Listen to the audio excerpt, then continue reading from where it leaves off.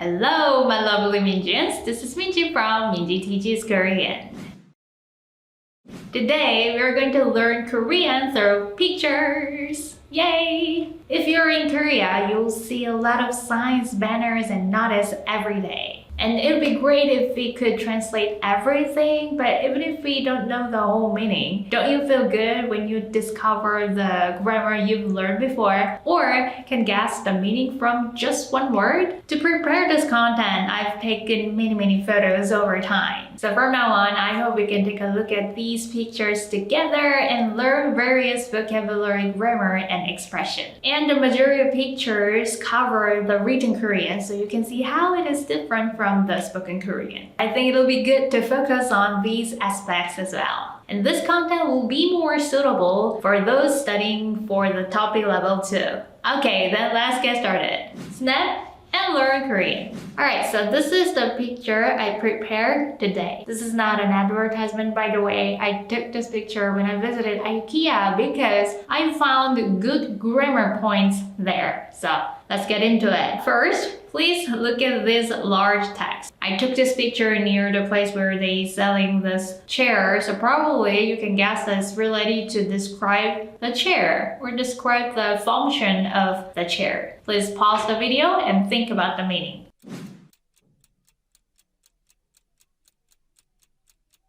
I'll read it out loud. 사무실이 더욱 편해져요. 사무실이 더욱 편해져요. This phrase means the office becomes more comfortable. Did you get it right? So from this photo, we'll be learning two grammar points today. One is the sentence ending 아, 어, 여, 지다, and the other one is this suffix 실. But before that, why don't we take a look at the words first? Here we have 사무실, office, and the subject marker 이. And also there is 더욱, more, and basic verb here is 편하다, to be comfortable. And now let's move on to this sentence ending. 아, 어, 여, you have to choose one of these and attach 지다, 지다. And again, it further conjugate to 저, 요, in the present tense, okay? So you either say 아져요, 어져요, 여져요, and so on.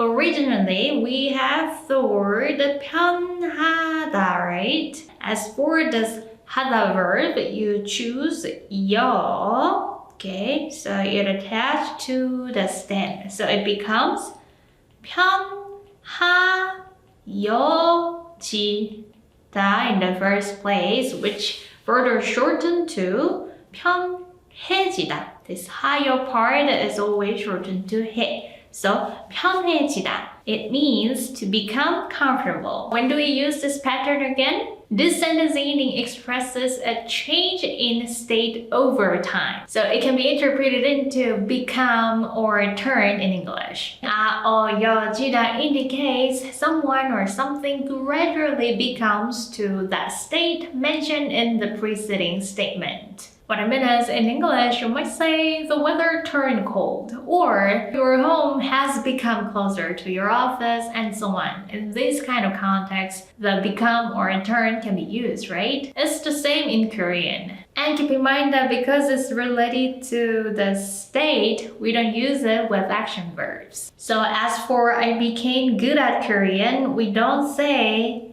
한국어를 잘해졌어요. We don't say it like this, but rather we say 잘하게 됐어요. We use the 게 되다 pattern here. 잘가. And from now on, let me give you common example sentences. Here we have 키가 커졌어요. 키가 커졌어요. The original verb here is 커지다. It literally means someone's height is bigger. So someone is taller is 키가 커졌어요. Over time, if there's someone who used to be shorter but now is taller, we say 키가 커졌어요. 키가 커졌어요.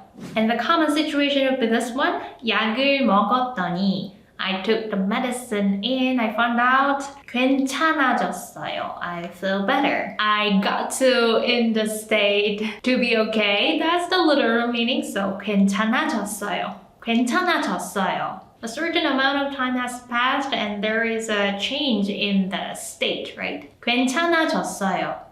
And the most common usage would be definitely about the weather, right? 날씨가 더워졌어요. The weather has become hotter and 날씨가 추워졌어요. The weather has become colder. That's the meaning. 날씨가 더워졌어요.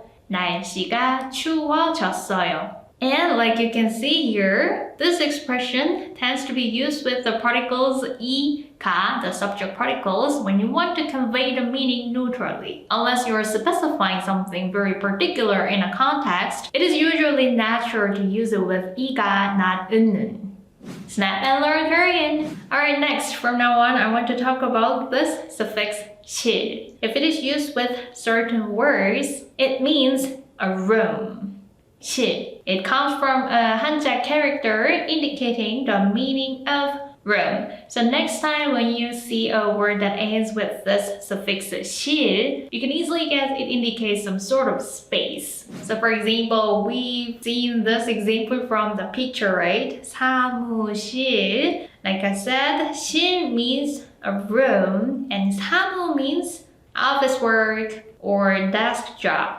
사무. Therefore, 사무실 means an office. 사무실. 사무실. Another 실 ending word you will often see in your company would be 회의실. Mind the pronunciation, it would be 회의실. 회의실. 회의 is a meeting, therefore it's a meeting room where the meetings are held, right? 회의실. And the frequently used 실 ending word is obviously 화장실, which means a restroom. 화장실, 화장실. 화장실이 어디예요? Where is the restroom? 화장실, right? And if you're a college student, you'll see these 실 ending words a lot. The first one is 강의실, like a lecture room or a classroom, mostly used in the university. 강의실. And also 실습실, 실습실. It mostly refers to the laboratory. 실습실. There are 3 실s, right? 실습실. And also 독서실, 독서실. 독서 is like the act of reading a book, but 독서실 often means like study room. 독서실. And if you're an artist, you might use this word a lot. Like 작업실 can be interpreted as studio. 작업 is like work, the act of doing certain work. So 작업실 literally means work room. Therefore, it is mostly used in the context where a person have regular works to do, mostly art-related activities. And in hospitals, you will see these words a lot. Like there are many 실, right? Like 진료실, consultation room, 진료실, and also 수술실, because 수술 means surgery, therefore 수술실 means the surgery room. 입원 means to be hospitalized, therefore 입원실 means ward or hospital room. And 면회 means like to visit somewhere, to see someone. 면회실, therefore meaning the visiting room. Today we learned Korean through pictures. How was it? I hope this was helpful to you. And if you have any questions or if there are other pictures you want to learn about, please send them to me and please leave a lot of comments down there. Then I'll see you in the next video. 한국어는 민지쌤과 Bye!